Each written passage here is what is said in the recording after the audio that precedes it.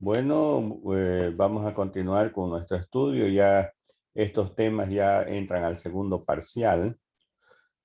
Sistema cardiocirculatorio o cardiovascular. Vamos a hablar desde el punto de vista macroscópico y microscópico. Entendamos cómo es la circulación menor y circulación mayor.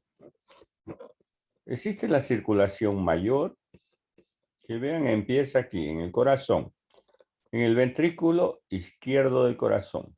De ahí nace una gran arteria que se llama arteria aorta. Esa arteria aorta nace y produce la sangre a todo el cuerpo, a todos los órganos del cuerpo y a nivel de los tejidos. Voy a pasar clase. Nos vemos. A nivel de los tejidos, la sangre de las arteriolas pasa a las venas, a las vénulas y luego a las venas. Me pregunta para caer harto. No, el gobierno dice que va a meter. Por eso está metiendo el gobierno. Ahora van a caer los 21 días de paro. Porque a eso vas a ver. Para mí que esa plata ha ido ahí también. Micrófono. A los 20.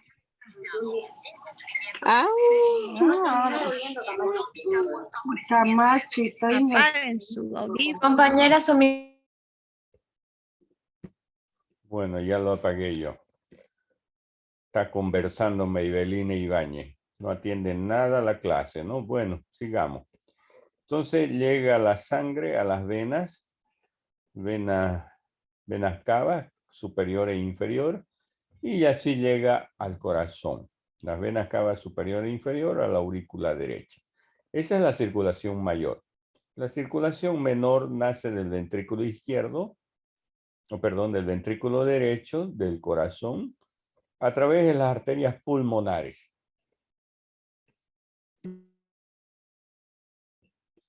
Estas arterias pulmonares llevan dióxido de carbono hacia los pulmones. En los pulmones se realiza el intercambio de oxígeno con dióxido de carbono, a eso se llama hematosis, y luego a través de las venas pulmonares se dirigen las 4 venas pulmonares, son 4, 2 de cada pulmón, hacia la aurícula izquierda y luego pasa al ventrículo izquierdo. Entonces la circulación menor termina en la aurícula izquierda o atrio izquierdo. Esa es la circulación pulmonar o menor. Y existe la microcirculación que se da en los tejidos. En los tejidos, gracias a las arteriolas y las vénulas y los capilares. Esa es la microcirculación. Aquí encontramos a los capilares. Los capilares tienen un extremo venoso que se comunica con las venas y tiene un extremo arterial que se comunica con las arterias, en este caso arteriolas y vénulas. Esa es la microcirculación. Las vénulas, los capilares y las arteriolas a nivel de los tejidos. Existe un sistema que se llama sistema porta-hepático también. Aparte de la circulación mayor, menor y microcirculación, hay el sistema porta-hepático. Que eso se da a nivel del hígado. ¿Ya? A nivel del hígado existe una vena que es la vena porta, que es la que se introduce al hígado. Vamos a hablar del corazón. El corazón es un órgano muscular hueco, localizado en el mediastino. Vean ustedes el dibujo. Aquí está un pulmón del lado izquierdo, el pulmón del lado derecho. Y entre los dos pulmones existe un espacio y en ese espacio que se denomina mediastino, ahí se encuentra localizado el corazón. Tiene la forma de cono con una base que es superior, Aquí está la base, es superior, es derecha y es posterior. Y el vértice es inferior, izquierdo y anterior. Pesa 270 gramos. El corazón vamos a reconocer una cara anterior que está en relación con el esternón y los cartílagos costales. Y está representado por el ventrículo derecho. Una cara inferior o diafragmática representado sobre todo por el ventrículo izquierdo y en una parte por el ventrículo derecho. Una cara pulmonar derecha que está representada por la aurícula derecha y una cara pulmonar izquierda representado por el ventrículo izquierdo. Estas son las capas que tiene el corazón. De adentro hacia afuera. El endocardio es la capa interna. El miocardio es la capa media, vean, es la más gruesa, es el músculo cardíaco, el miocardio. Y una capa más externa que se denomina pericardio, como está escrito aquí, pericardio. El pericardio se divide en dos hojas o en dos porciones. Un pericardio fibroso y un pericardio seroso. El pericardio seroso tiene una hoja visceral y una hoja parietal. Entre estas dos hojas, visceral y parietal, se encuentra la cavidad pericárdica. Esa cavidad pericárdica puede haber derrames pericárdicos ocasionando taponamiento cardíaco. Bueno, problemas del corazón, ¿no? Entonces, esas son las tres capas y la cavidad que se forma entre estas capas.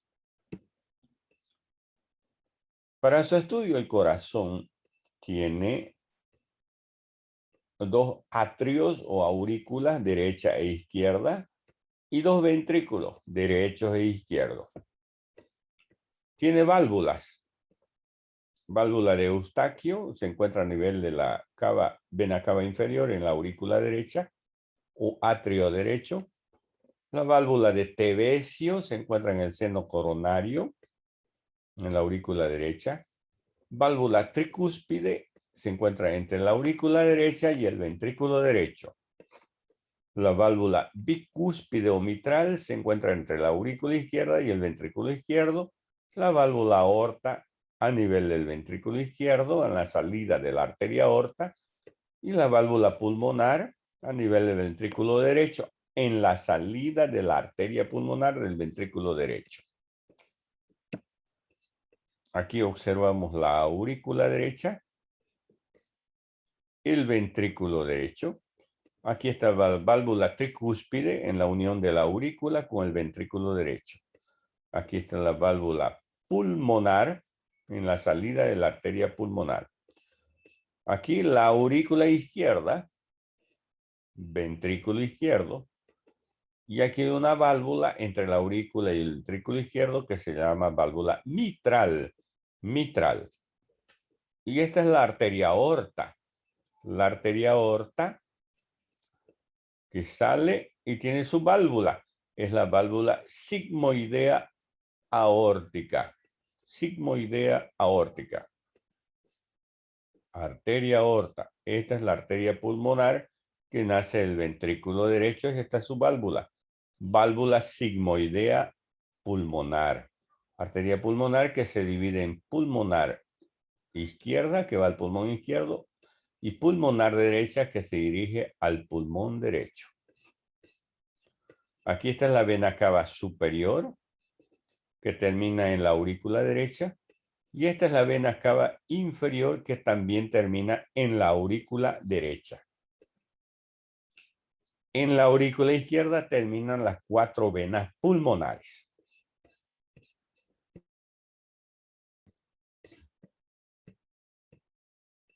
Aquí se encuentran las válvulas, válvula pulmonar, válvula tricúspide, válvula sigmoidea aórtica y válvula mitral o bicúspide. Ya sabemos entre qué estructuras se encuentran. en la anterior diapositiva. ¿Cómo es la inervación del corazón? Tiene una inervación extrínseca y una intrínseca. La extrínseca está formada por el sistema simpático y parasimpático.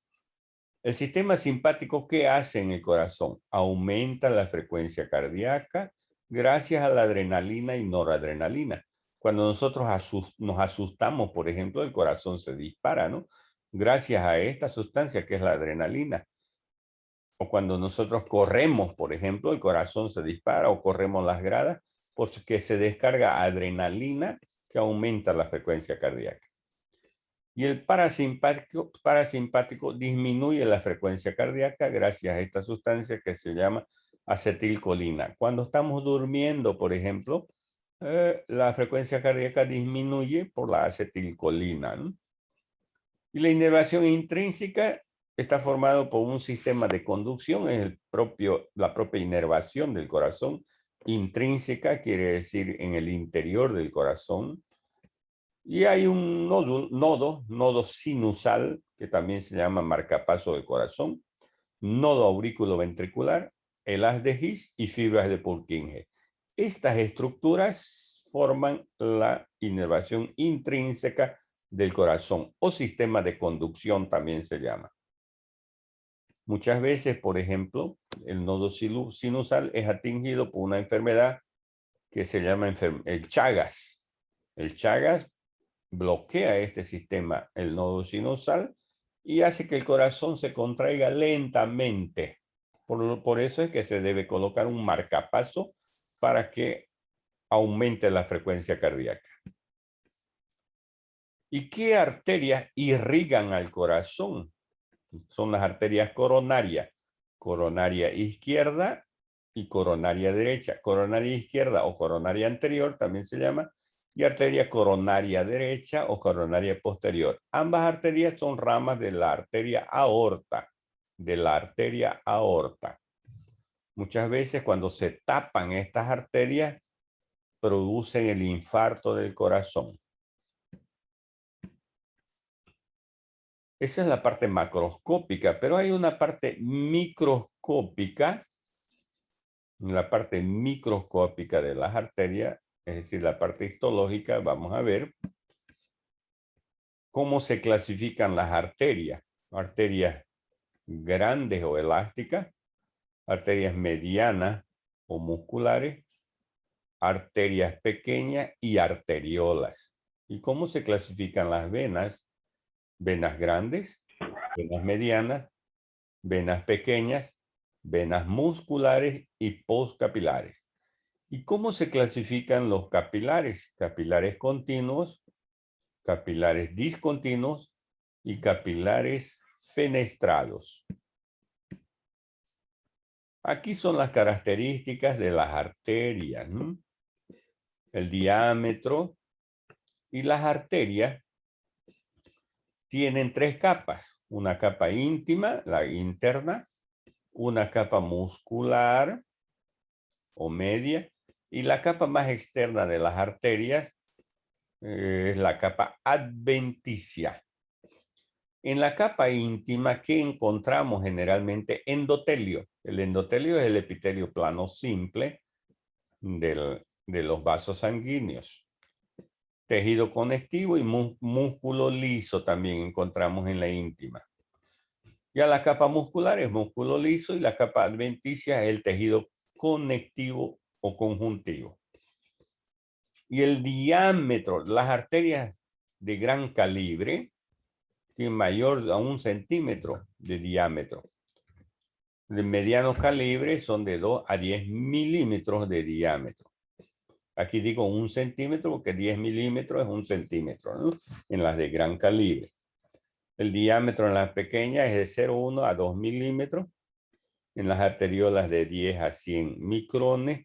Y los capilares de 4 a 8 micrones milímetros, ¿no? Y aquí el capilar solamente tiene endotelio. No tiene capa muscular, ni tampoco tiene capa adventicia. Esa es la característica de los capilares. Los capilares solamente tienen la capa íntima con su endotelio, nada más. Las venas también, lo mismo que las arterias, venas de gran calibre, mediano calibre, venas pequeñas, musculares y postcapilares. Las venas postcapilares solamente tienen endotelio, no hay capa muscular ni hay capa adventicia. Vean cómo las venas también tienen capa íntima, tienen capa muscular y tienen capa adventicia. Entonces, si yo les pregunto, cite las capas que tienen las venas o las arterias o los vasos sanguíneos, ¿no? Ustedes dicen una capa interna, íntima, una capa media, muscular y una capa externa o adventicia. Aquí encontramos las túnicas o capas. Es un corte histológico de una arteria. Esta es la más interna, la capa íntima, donde encontramos el epitelio plano simple, que se llama endotelio. La capa muscular formada por músculo liso y la capa adventicia formada por tejido conectivo. Aquí encontramos arteriolas. Vean, más redonditas son las arterias o arteriolas. En cambio, las venas o vénulas son más alargadas, ¿no? Son más largas. Vean ustedes, más aplanadas. Así reconocemos una vena y así reconocemos una arteria, ¿no? Aquí, por ejemplo, la arteria más redondita. Aquí la capa íntima, donde se encuentra el endotelio. La capa muscular, que siempre es generalmente más gruesa, y es la capa adventicia de la arteria, ¿no? Esto es un corte transversal. Y aquí esta es la vena, más irregular, ¿no? La vena. Los linfáticos transportan líquido, linfa, ¿no? Desde los tejidos hacia el torrente sanguíneo.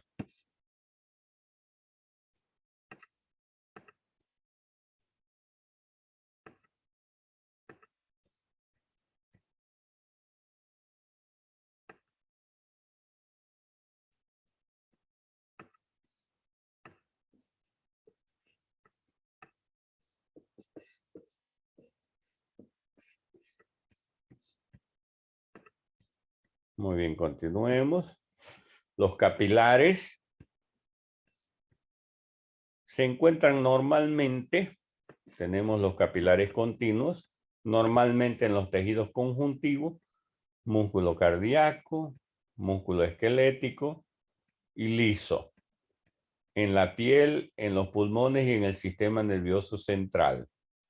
Se caracterizan por un endotelio ininterrumpido y lámina basal continua.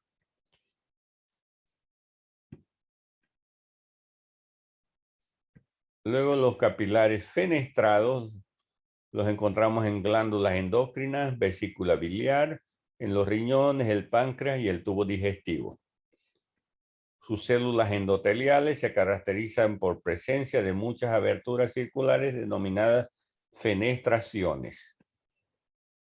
Y los capilares discontinuos, también llamados capilares sinusoides o solo sinusoides, se encuentran en el hígado, en el vaso y en la médula ósea. Las células endoteliales descansan sobre una lámina basal discontinua. Entonces aquí encontramos los capilares continuos, los capilares fenestrados y los capilares discontinuos, los que acabamos de describir, ¿no? ¿Y dónde se encuentran? ¿Cómo es las arterias y las venas? ¿Cómo se distribuyen en el cuerpo humano?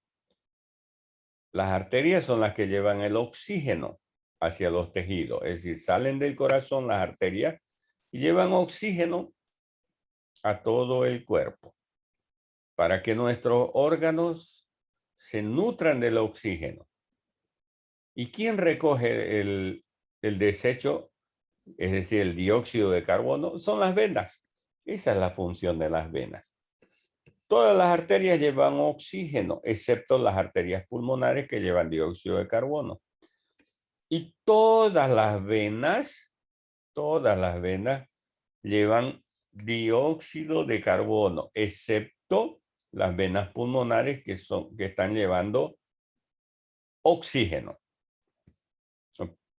Todas las venas llevan dióxido de carbono, solo las venas pulmonares llevan oxígeno. ¿Cómo es la irrigación de la cabeza? ¿Qué arterias nacen del corazón para irrigar la cabeza? Aquí tenemos en el dibujo la salida de la arteria aorta del ventrículo izquierdo del corazón. Sale la arteria y va a formar una curva. A esa curva se denomina arco aórtico o callado de la aorta. De este callado nace en el lado derecho la carótida común derecha, que da origen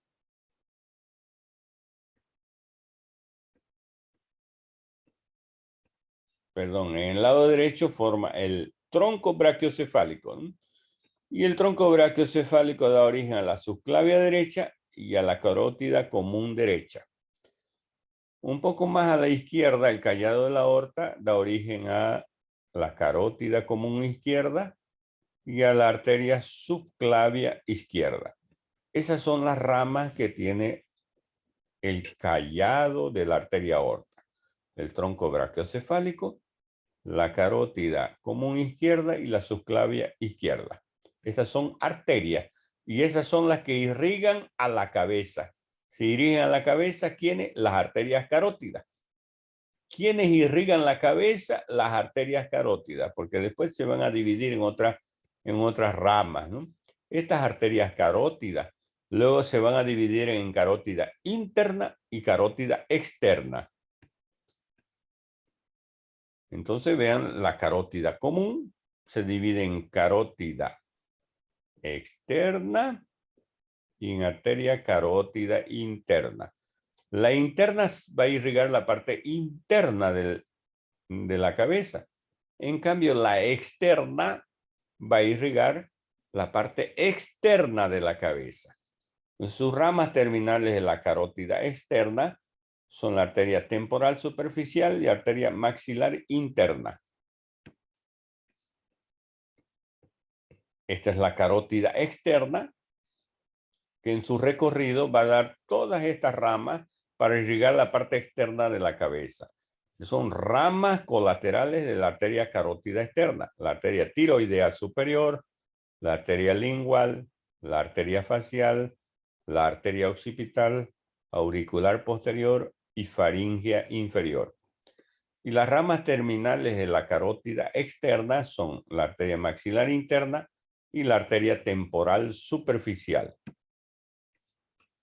La carótida interna que se introduce al cráneo da origen a las siguientes ramas colaterales: arteria oftálmica, que va a irrigar al ojo, y a la arteria carótida timpánica. Y las ramas terminales de la carótida interna son cerebral anterior, arteria cerebral media, arteria coroidea anterior y arteria comunicante posterior. Ahora, ¿quién irriga los miembros superiores? Los miembros superiores están irrigados por las arterias subclavias. De ahí nace subclavia derecha e izquierda, ¿no? Porque hay un miembro superior izquierdo y derecho. Las arterias subclavias se continúan con arterias humerales en el brazo. Primero, la subclavia con la axilar, arteria axilar, en la axila. En el brazo, la arteria axilar se continúa con arteria humeral. La arteria humeral en el antebrazo se divide en arteria radial y en arteria cubital. Y a nivel de la mano van a formar los arcos palmares digitales, ¿no? Porque van a irrigar a los dedos.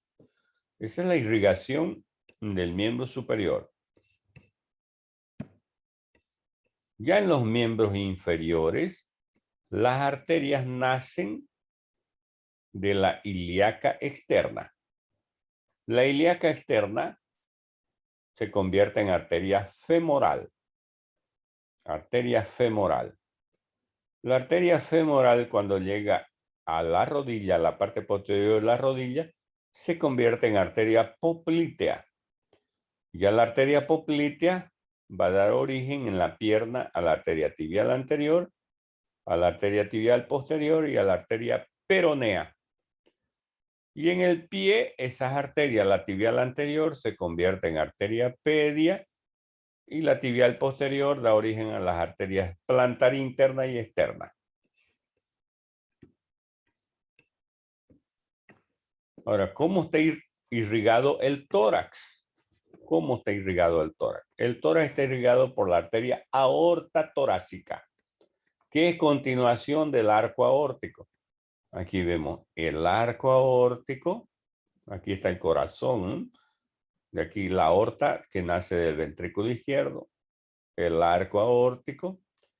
Y ese arco aórtico a nivel del tórax se va a transformar en arteria aorta torácica, que es el que está irrigando al tórax. Esta arteria aorta torácica da origen a ramas de la arteria aorta torácica, como son las arterias intercostales, arterias diafragmáticas superiores, arterias bronquiales y arterias esofágicas medias. Esas son las ramas de la arteria aorta torácica. ¿Y cómo está irrigado el abdomen? El abdomen está irrigado por la arteria aorta abdominal, que es continuación de la arteria aorta torácica. Entonces, la aorta torácica llega al abdomen y se convierte en arteria aorta abdominal. Y la arteria aorta abdominal da ramas colaterales, como ser ramas parietales y ramas viscerales.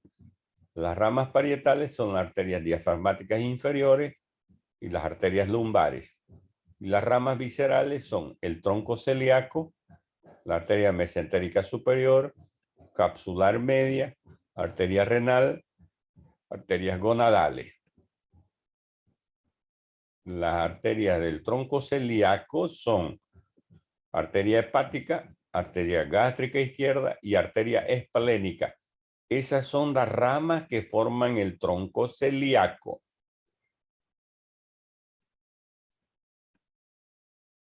Y las venas, en el abdomen existen las venas, vena cava inferior y vena porta. La vena cava inferior se forma por la unión de las venas ilíacas comunes izquierda y derecha, que se forman por la unión de las venas ilíacas internas y externas. Entonces veamos aquí primero, vena cava inferior en el abdomen se forma por la unión de la ilíaca común derecha y la vena ilíaca común izquierda. Estas comunes se forman por la unión de la ilíaca interna y la ilíaca externa. Y esta es la vena cava inferior, donde va a ir a terminar en la aurícula derecha del corazón. Y existe otra vena, la vena porta, que termina en el hígado, formado por la vena esplénica, que viene del vaso, la vena mesentérica superior del intestino, al igual que la vena mesentérica inferior. Aquí vemos en el dibujo del lado derecho la vena porta, que está siendo formado por la vena esplénica, vena mesentérica inferior y por la vena mesentérica superior. Las venas mesentéricas son las que provienen del intestino, delgado y grueso. En cambio, la vena esplénica proviene del vaso. ¿Dónde termina la vena porta? En el hígado. Ahí termina. ¿Y qué venas hay en el tórax? La vena ácigos mayor y ácigos menor. La vena ácigos mayor en el lado derecho termina en la cava superior. Esta vena cava superior se forma por la unión de los troncos venosos brachiocefálicos izquierdo y derecho. La ácigos menor y accesoria se encuentra en el lado izquierdo. Entonces veamos en el dibujo. Lado derecho del tórax sería este de aquí. Lado derecho. Aquí se encuentra la vena ácigos mayor. Esa es la vena ácigos mayor, formado por la unión de las venas intercostales y vena lumbar ascendente. En el lado izquierdo del tórax. Esto es el lado izquierdo del tórax. La vena lumbar ascendente, sus costales y las venas intercostales forman la vena ácigos menor. Esta es la ácigos menor que termina en la ácigos mayor. Y la ácigos mayor donde va a ir a terminar desembocando o es afluente de la vena cava superior. ¿Cómo se forma esta vena cava superior? Por la unión de los troncos venosos brachiocefálico izquierdo y tronco venoso brachiocefálico derecho. ¿Cómo se forman estos troncos venosos brachiocefálicos? Por la unión de la vena yugular interna y subclavia. Esto del lado derecho, ¿no? Sería yugular interna derecha y vena subclavia derecha. Y aquí el tronco venoso brachiocefálico izquierdo por la unión de la vena yugular interna izquierda y por la unión de la vena subclavia izquierda. Esos dos troncos venosos brachiocefálicos forman la vena cava superior que termina en el corazón en la aurícula derecha.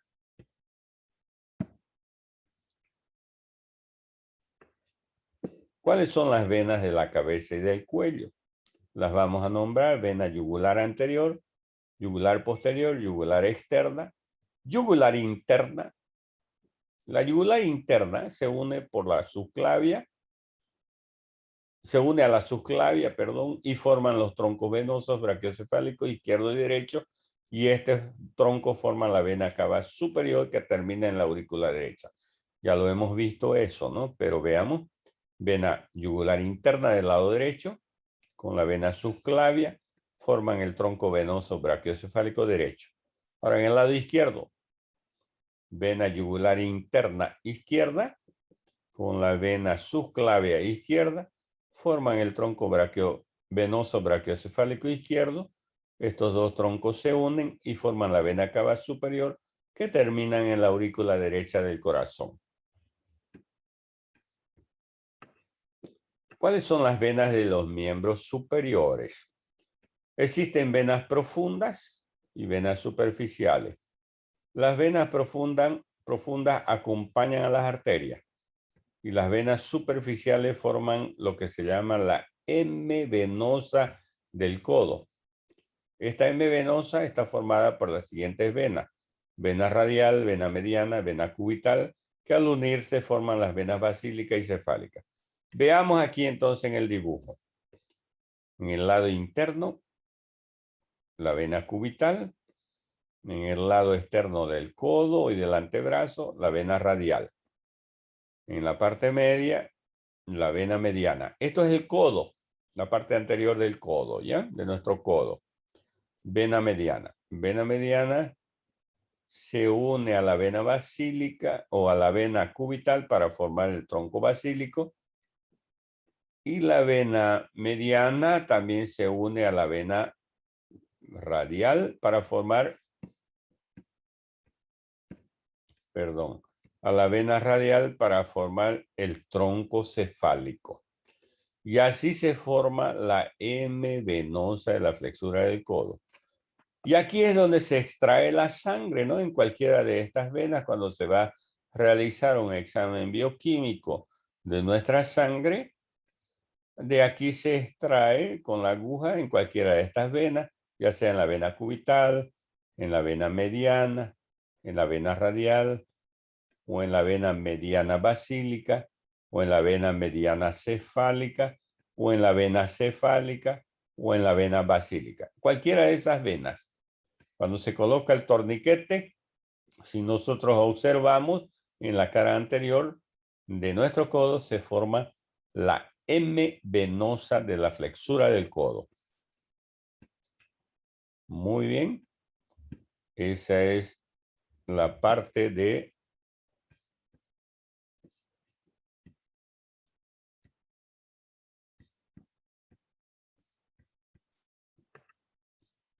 del sistema cardiovascular.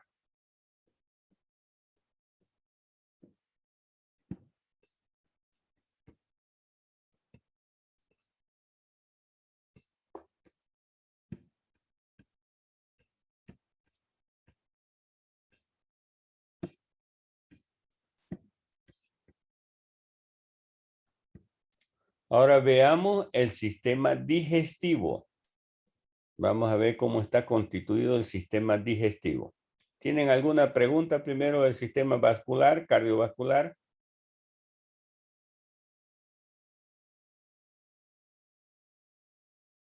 Muy bien, continuamos el sistema digestivo entonces. El sistema digestivo se extiende desde la boca hasta el ano. Desde la boca y termina en el ano, ¿no? Mide aproximadamente entre 10 y 12 metros. ¿Y cómo está constituido este sistema digestivo? ¿Cuáles son las partes del sistema digestivo? La boca, en primer lugar, la boca, ahí se inicia. Se continúa con la faringe. La faringe se continúa con el esófago con el estómago con el intestino delgado y el intestino delgado se continúa con el intestino grueso. Existen glándulas anexas al tubo digestivo, que son las glándulas salivales, que se encuentran alrededor de la boca. También es el hígado, una glándula anexa, y el páncreas. Comenzamos por la boca. Entonces, esta es la boca. Vean ustedes aquí exagerada. Es para mostrarle que en la boca hay el vestíbulo y la cavidad bucal propiamente dicha. El vestíbulo es el espacio que hay entre los labios, las mejillas y los dientes, ¿no? Este espacio de aquí. Ese es el vestíbulo. Y si abrimos la boca, ahí vemos el interior de la boca. Esa es la cavidad bucal propiamente dicha. Desde el punto de vista histológico, la boca tiene epitelio estratificado plano en el paladar, ¿no? Este es el epitelio plano estratificado. ¿Qué más hay en la boca? Los dientes, ¿no?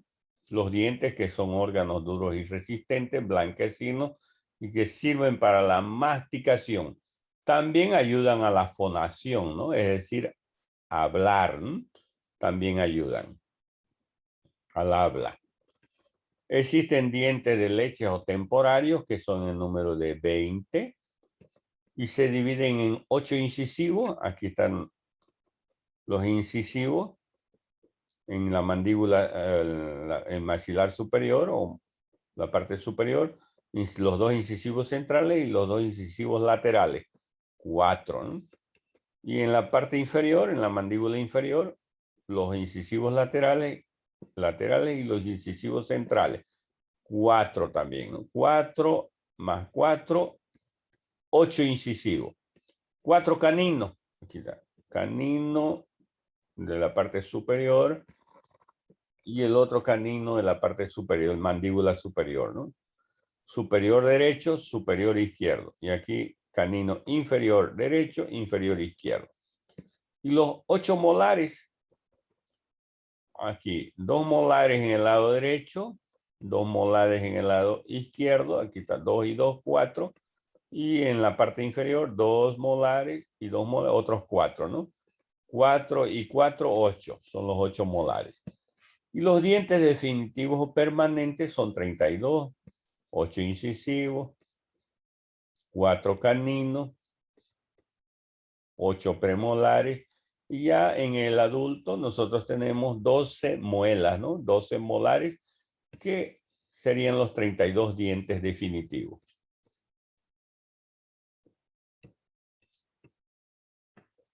Las partes del diente. ¿Cuál es la parte del diente? Primero se encuentra una raíz que se implanta en los alveolos dentarios de los maxilares. La raíz, el cuello y la corona del diente. La corona está envuelto o está cubierto por una capa que se llama el esmalte. Y la raíz por el cemento, ¿no? Ahora, ¿cuál es la estructura del diente? ¿Cómo está constituido el diente? Por la dentina. La dentina es el tejido dental más abundante. está situada abajo o situada debajo del esmalte en la corona y debajo del cemento en la raíz. Esto color verde es la dentina o marfil. Y esta es la lengua. Aquí está la lengua, ¿no?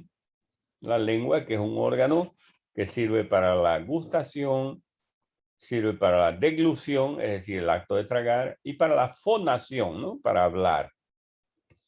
Y la lengua tiene papilas, ¿no? Papilas caliciformes que se encuentran en la bilingual. Existen papilas foliadas y papilas fungiformes.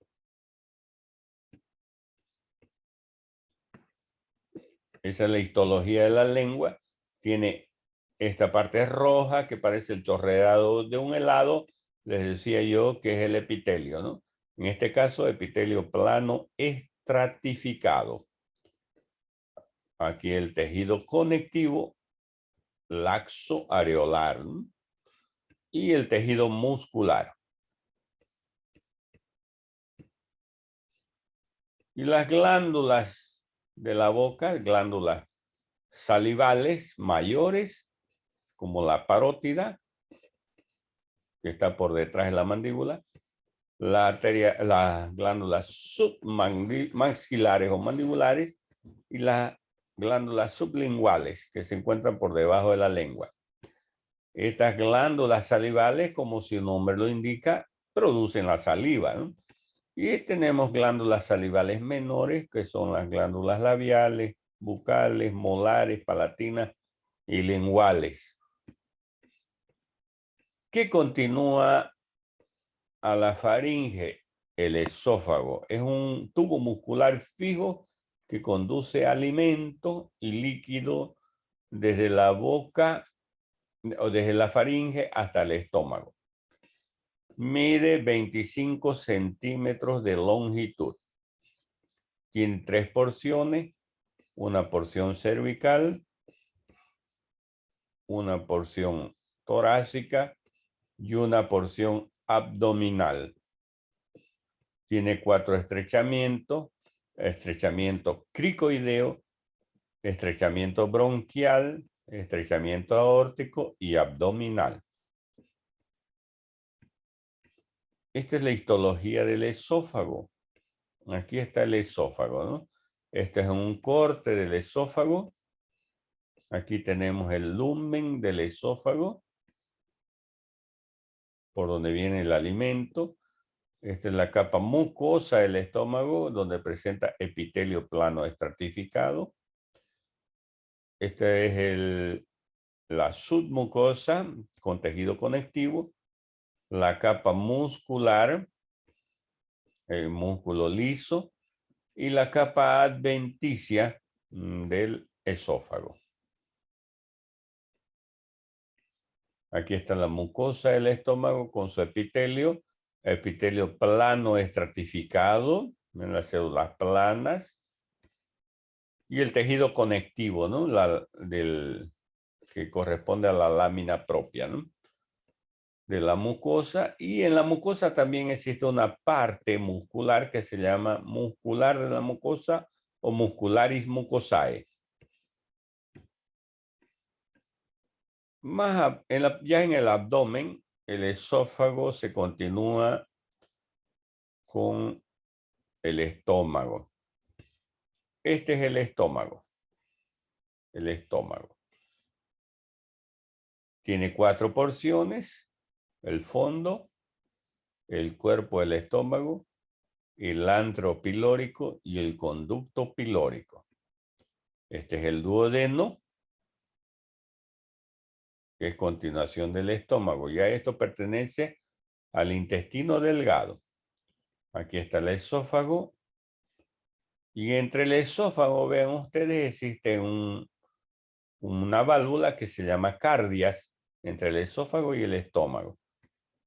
Y entre el estómago y el intestino delgado, es decir, el duodeno, que es la primera porción del intestino delgado, se encuentra el píloro. El píloro. El estómago tiene la forma de una letra J mayúscula. J mayúscula. ¿Para qué sirve el estómago? Sirve también ya para que llegue el alimento al estómago. En el alimento del estómago se transforma en el kilo, ¿no? El kilo se llama el alimento, que es cubierto por el jugo gástrico. El jugo gástrico que está formado por el ácido clorhídrico, por enzima y moco, ¿no? Ese es el jugo gástrico.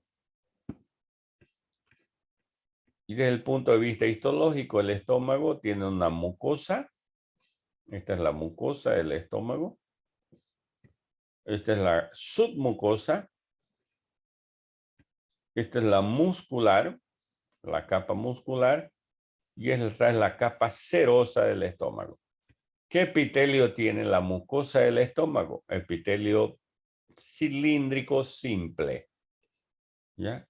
Epitelio cilíndrico simple. Luego tenemos el intestino delgado. El intestino delgado mide de 6 a 8 metros y se divide en 3 porciones anatómicas. El duodeno, el yeyuno y el ilion. El duodeno, que tiene 25 centímetros de longitud, comienza a la altura del píloro del estómago y termina en el ángulo duodeno-yeyunal. Se continúa con el yeyuno, ¿no? El yeyuno mide 2.5 metros de longitud. Comienza en el ángulo duodeno-yeyunal y se continúa con el ilion. Y el ilion, 3.5 metros de longitud. Y es la parte más larga del intestino, ¿no? Delgado. Es continuación del yeyuno y termina en el ciego, en la válvula iliocecal o válvula de Bowen o barrera de los boticarios. Entonces aquí está el intestino delgado, que mide 6 a 8 metros y que se divide en duodeno, en yeyuno y en ilion. Este ilion termina a nivel del ciego. Ya esto es del intestino grueso. Aquí este es el ciego. La unión del ilion con el ciego forman una válvula. Se llama válvula iliocecal o válvula de Bowen o barrera de los boticarios.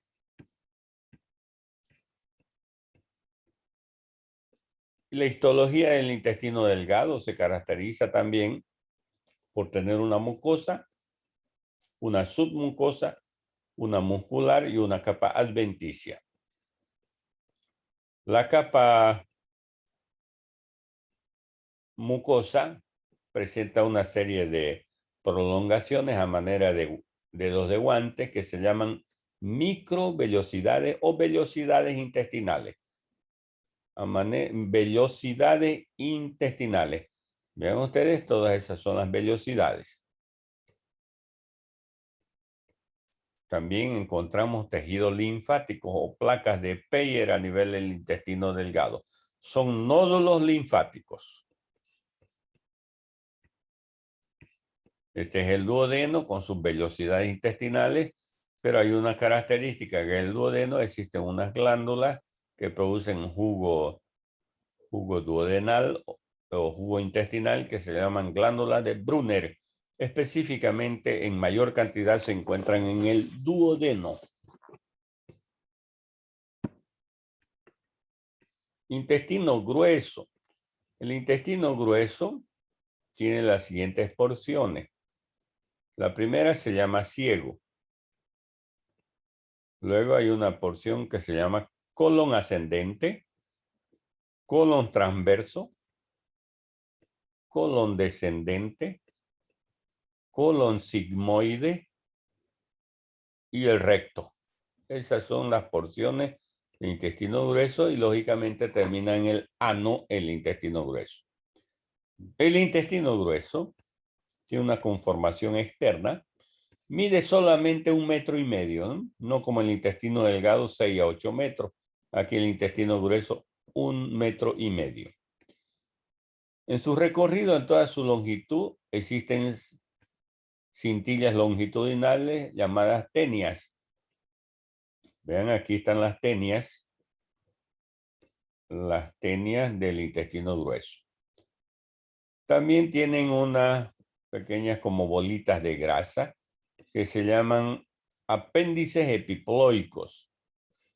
Y también tienen estas abolladuras, el intestino grueso, que se llaman austras o abolladuras. Todas esas características, esas tres, no existen en el intestino delgado.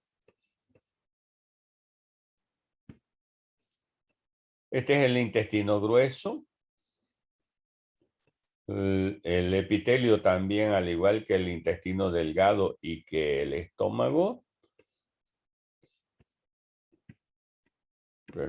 al igual que el intestino delgado y que el estómago, el intestino grueso tiene epitelio cilíndrico simple, ¿no?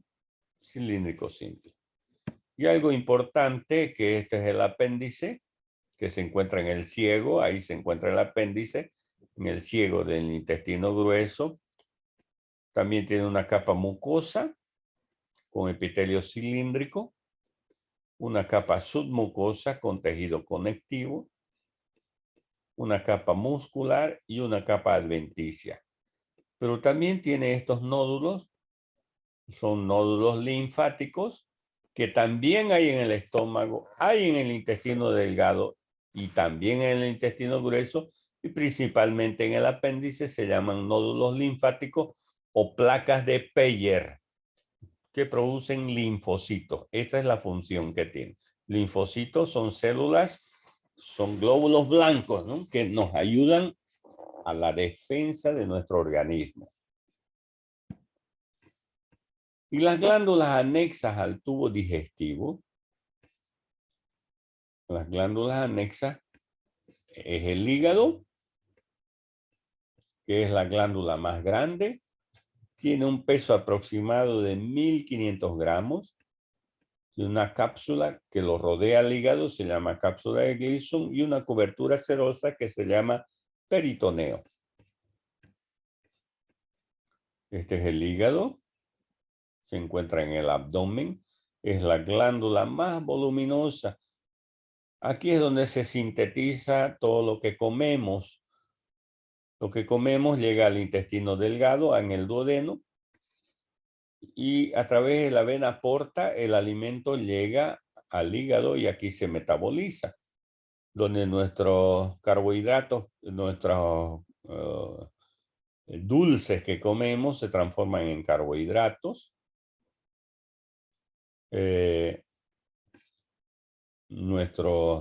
La grasa que comemos se transforma en lípidos. Las carnes que comemos se transforman en proteínas. Todo eso a nivel del hígado. A nivel del hígado. ¿Quién trae el alimento desde el intestino hacia el hígado? Es la vena porta. La vena porta.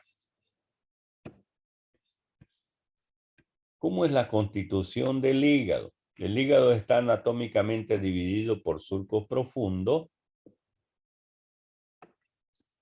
en dos grandes lóbulos, derecho, este es lóbulo derecho y lóbulo izquierdo. Y en otros dos pequeños lóbulos que se llaman lóbulo cuadrado en la parte anterior y lóbulo caudado en la parte posterior. Histológicamente el hígado está formado por lobulillos, lobulillo, ¿no? En la parte central del lobulillo, todo esto es el lobulillo del hígado. En la parte central del lobulillo hay una vena central del lobulillo. Y cada lobulillo, vean, aquí hay un lobulillo, aquí hay otro, aquí hay otro, aquí hay otro. Igual que estos, ¿no? Están aquí alrededor. Están divididos por trabéculas de tejido conectivo, los lobulillos. Y en la unión de dos o más lobulillos se encuentran el espacio portobiliar o espacio Kiernan. Ese espacio está formado por una arteriola, una vénula y un conductilio biliar. Aquí en el lado derecho vean también el lobulillo. ¿Y qué hay en los lobulillos? Hay los hepatocitos. Los hepatocitos son las células del hígado, que forman el hígado. Aquí está el espacio portobiliar o espacio portal, que está constituido por una arteriola, una vénula y un conductillo biliar. En la unión de varios lobulillos. Aquí hay uno, otro y otro, ¿no? Ahí está el espacio portobiliar. De aquí del hígado van a hacer una sustancia que se llama la bilis. Bilis. La bilis sirve para metabolizar el alimento que llega al duodeno. El alimento que comemos viene por el estómago y llega al duodeno. Pero ¿cómo llega la bilis al duodeno? Existen unos conductos biliares. ¿Cómo se inician los conductos biliares?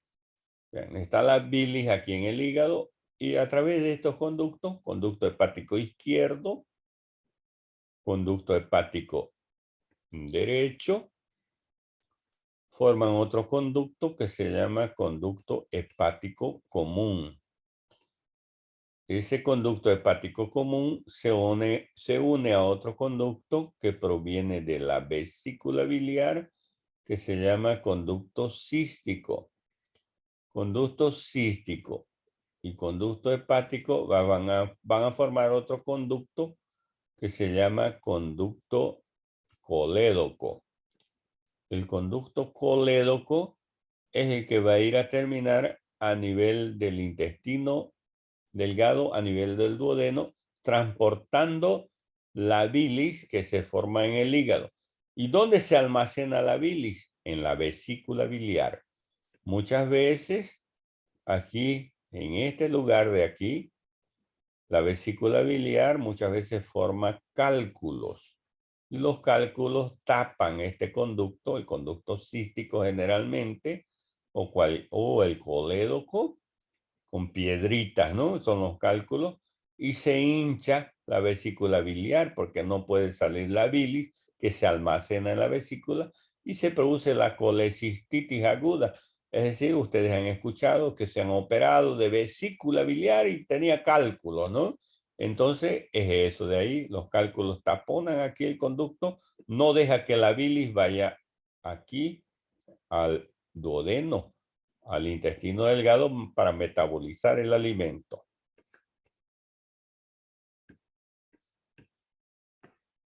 Páncreas. Es una glándula mixta, tiene cabeza, cuello, cuerpo y cola. Se divide en un páncreas exócrino y páncreas endocrino. El páncreas exócrino está formado por los acinos del páncreas y estos acinos van a producir el jugo pancreático. Y existe el páncreas endocrino que va a producir hormonas. ¿Qué hormonas? Estas hormonas van a ser producidas por unas células que van a formar los islotes de Langerhans. ¿Cómo están formados los islotes de Langerhans? Por células beta, que produce la insulina, células alfa, que producen el glucagón, y las células delta, que producen la somatostatina.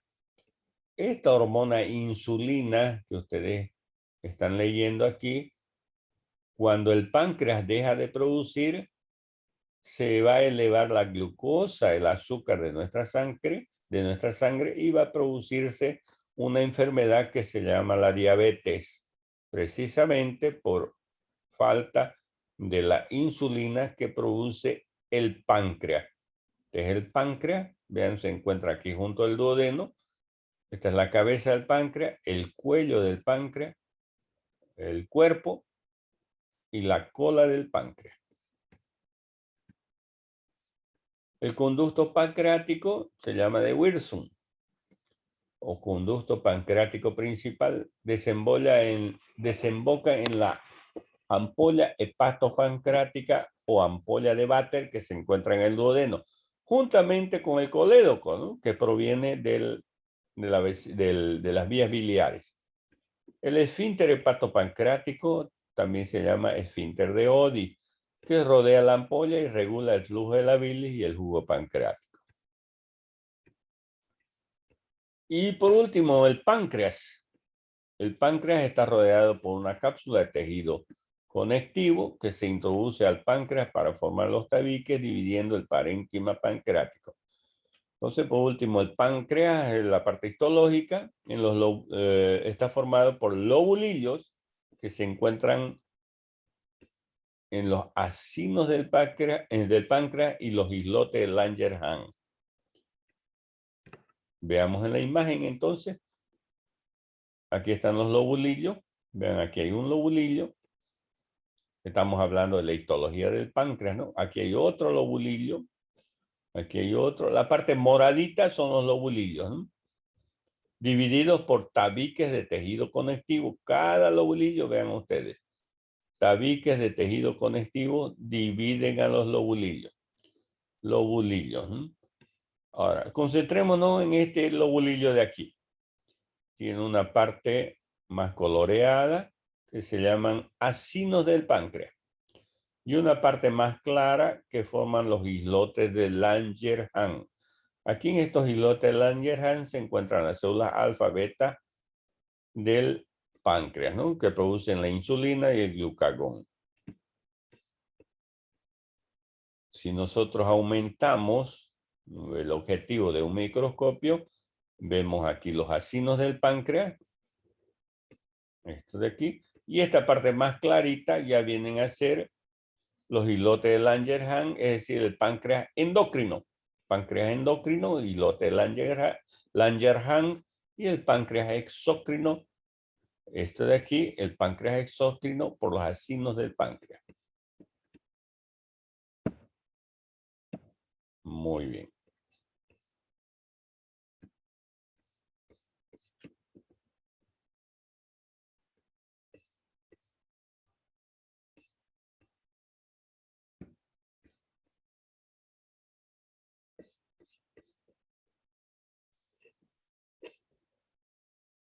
¿Alguna pregunta del tubo digestivo?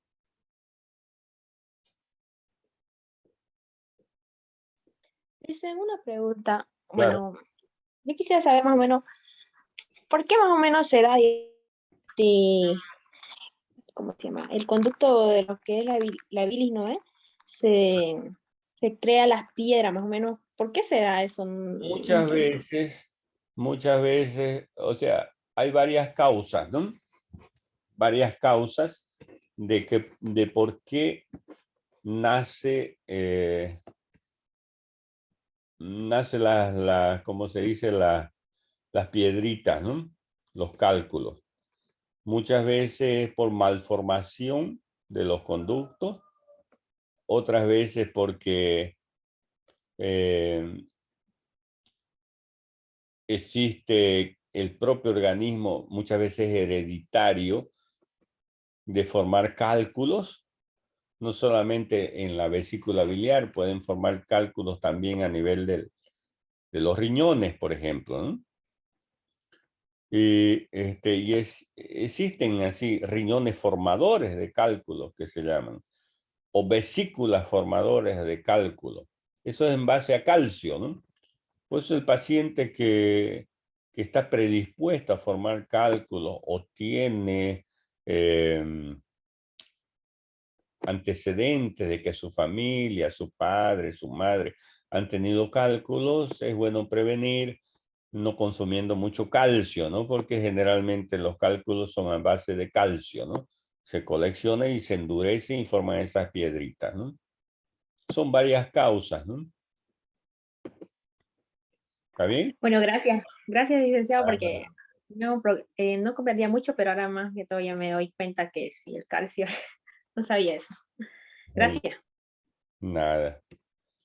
Bueno, vamos a avanzar un tema más, que es el aparato respiratorio. El aparato respiratorio está constituido por las fosas nasales, la nariz, la laringe, la tráquea, que se va a dividir en bronquios, y los pulmones. Ese es el aparato respiratorio, que sirve principalmente para la respiración, ¿no? Introducimos el oxígeno mediante la inspiración y exhalamos o eliminamos el dióxido de carbono mediante la exhalación o expiración. ¿Cuáles son las partes de las vías aéreas del aparato respiratorio? En el aparato respiratorio podemos encontrar una porción conductora y una porción respiratoria. La porción conductora está formada por la laringe, la tráquea, los bronquios y los bronquiolos terminales. La porción respiratoria por los bronquiolos respiratorios, conductos alveolares, sacos alveolares y alveolos. Las cavidades nasales se dividen en vestíbulo. El vestíbulo es la parte más ensanchada de nuestra cavidad. Y las regiones respiratorias propiamente dichas, ¿no? El vestíbulo es la parte más ensanchada, ¿no? Ya más adentro se encuentran las porciones respiratorias o las fosas nasales propiamente dichas. El vestíbulo nasal es el espacio dilatado de la cavidad nasal. La región respiratoria es la parte más extensa, las dos terceras partes inferiores de las cavidades nasales y está tapizada por la mucosa respiratoria. Y la región olfatoria se encuentra en el vértice, tercera parte superior de la cavidad nasal, y está tapizada por una mucosa olfatoria especializada. La mucosa de las fosas nasales contiene epitelio cilíndrico pseudoestratificado ciliado con células caliciformes. Ese es el epitelio respiratorio. Es la característica de ser un epitelio pseudoestratificado cilíndrico y además tiene células caliciformes y cilios, porque nosotros cuando respiramos introducimos muchas veces polvo, tierra, entonces estos cilios se encargan de atrapar todas las impurezas del aire que nosotros introducimos con nuestra respiración. Y las células caliciformes del aparato respiratorio se encargan de producir el moco. El moco, ¿no? La región olfatoria tiene epitelio también pseudoestratificado sin células caliciformes. El epitelio olfatorio se compone de células receptoras olfatorias y glándulas olfatorias, que son las células o glándulas de Bowman. Las células del epitelio respiratorio son células ciliadas, células caliciformes, células en cepillo y células de gránulos pequeños o células de Kulkinski. Solo las nombramos, ¿ya? Continuando a la fosa nasal se encuentra la faringe. Es una continuación posterior de la cavidad bucal y nasal. En el paso del alimento hacia el estómago, o es el paso del alimento hacia el estómago y el aire hacia la laringe, ¿no? Para eso es la faringe. Ahora, la laringe está localizada en el cuello, contiene pliegues vocales que controlan el flujo del aire a través de la laringe y vibran para producir sonido. Son las cuerdas vocales, ¿no? La laringe está formada por cartílagos y está tapizada por la mucosa respiratoria, a excepción de la superficie luminal de las cuerdas vocales, que están cubiertas por un epitelio estratificado plano. Les decía yo que la laringe está conformada por cartílagos, que son un número de 9. 3 impares y 3 pares. Los impares son cricoides, tiroides y epiglotis. Aquí está el cartílago tiroides, el cartílago más grande. La manzana de Adán que nosotros tenemos ahí en el cuello, manzana de Adán, formada por este cartílago tiroides. Este es el cartílago epiglotis. Y en la parte inferior el cricoides. Y los cartílagos pares son los cartílagos cuneiformes cartílagos corniculados y cartílagos aritenoides. La tráquea. ¿Cuál es la tráquea? Ya es continuación de la laringe. Se extiende desde la laringe hasta el mediastino, donde se divide en bronquios izquierdo y derecho. La tráquea está constituida por 16 a 20 semianillos traqueales. La división de la tráquea recibe el nombre de carina. La pared de la tráquea consiste en 4 capas: mucosa, submucosa, cartilaginosa y adventicia. Esas son las capas que tiene la tráquea. Pero algo importante, vean ustedes, la carina es la división de la tráquea, es decir, en la parte interna donde se divide la tráquea en bronquios, existe un levantamiento que se denomina la carina. Esta es la tráquea, formada por 16 a 20 anillos traqueales. Tienen una longitud de 9 a 12 centímetros. Se divide desde la vértebra cervical 6 hasta la vértebra torácica 4.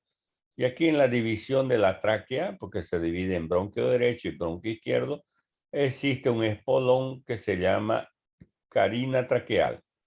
Aquí está la carina traqueal. Es una cresta cartilaginosa que separa los dos orificios de los bronquios y marca el fin de la tráquea. Aquí está la cresta cartilaginosa y aquí están los orificios de los bronquios ya, ¿no? Aquí está bronquio derecho y bronquio izquierdo. Entonces la tráquea tiene una capa interna que es la mucosa, formado por epitelio pseudoestratificado. También tiene una capa submucosa, una capa cartilaginosa formada por cartílago hialino y una capa o túnica adventicia, que es la capa más externa. También tiene músculo, una capa muscular, músculo traqueal, músculo liso. Aquí se encuentra en la superficie, en la placa histológica, el epitelio pseudoestratificado cilíndrico ciliado de la tráquea, ¿no? Aquí está la tráquea de nuevo. Aquí está la capa mucosa, formado por su epitelio pseudoestratificado cilíndrico ciliado con células caliciformes, que son las que están produciendo el moco. La lámina propia o submucosa, el cartílago hialino y la adventicia y el músculo de la tráquea, ¿no? ¿Cuáles son las vías respiratorias? La tráquea, los bronquiolos terminales, bronquiolos respiratorios, conductos alveolares, sacos alveolares y alveolos. Aquí está el aparato respiratorio, ya los pulmones, ¿no? Estos son los pulmones, izquierdo y derecho. Aquí está el aparato respiratorio, ya en su interior, el árbol bronquial, el bronquiolo intrapulmonar, que se va a continuar con, aquí está el bronquio intrapulmonar, se va a continuar con el bronquiolo, ya esto es bronquiolo. El bronquiolo se va a continuar con bronquiolo terminal, bronquiolo respiratorio, conductos alveolares y alveolos, ¿no? Ya los alveolos aquí también, bronquio respiratorio, conductos alveolares, y ya estos son los alveolos pulmonares. La parte terminal, aquí es donde se está realizando el intercambio de oxígeno con dióxido de carbono, la hematosis, ¿no? Aquí los capilares, recuerdan ustedes, circulación, la microcirculación, los capilares que se encuentran uniendo las vénulas de color azul y las arteriolas de color rojo, ¿no? Entonces, las arteriolas y las vénulas, ¿no? Y los capilares uniendo, formando, llevando prácticamente el oxígeno y expulsando el dióxido de carbono, ¿no? Que es la porción respiratoria. Aquí están los alveolos pulmonares. Los alveolos. Y estos son los bronquios. Bronquio derecho, bronquio izquierdo. El bronquio derecho es más ancho que el bronquio izquierdo. Es más corto el bronquio derecho. Vean, el bronquio izquierdo es más largo. Es más verticalizado el bronquio derecho. Más horizontal es el bronquio izquierdo. Son diferencias, ¿no? Aquí diferencia entre un bronquio y un bronquiolo. El bronquio tiene cartílago. Esa es la diferencia, que el bronquio tiene cartílago. En cambio, el bronquiolo no tiene cartílago. Esas son las diferencias. Y los pulmones son dos órganos, izquierdo y derecho, localizados en la cavidad torácica. Tienen la forma de cono, de base inferior y vértice superior. El espacio entre los dos pulmones se llama mediastino. El pulmón derecho tiene 3 lóbulos, tiene 2 cisuras y pesa 700 gramos. El pulmón izquierdo tiene 2 lóbulos, tiene una cisura y pesa 600 gramos. Aquí está el pulmón derecho. Vean la forma de un cono.